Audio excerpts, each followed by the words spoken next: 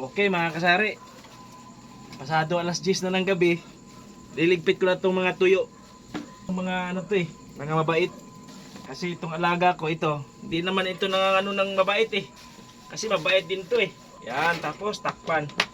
Yung iba mga paninda, naipasok ko na dito. Tapos mga kasari, bago ako magsira ng aking tindahan, bago ako mag-close, titinan ko to aking chiller.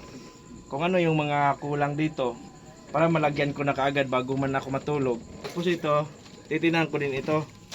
Kung ano yung mga kulang. Ito.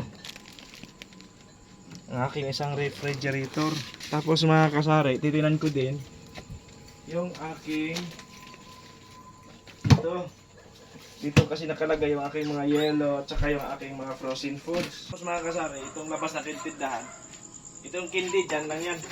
Yung sarap ko na tindahan, yan. Ito sa sarado ko to. Aking best friend, isang Egyptian.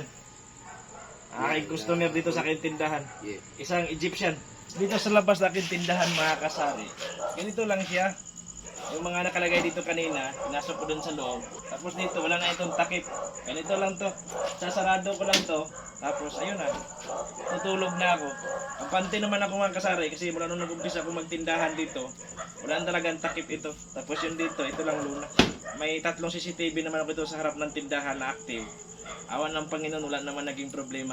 Kaya, all goods. Do 30 will balik. Promise. Balik. Bring him home. Balik. Pohon.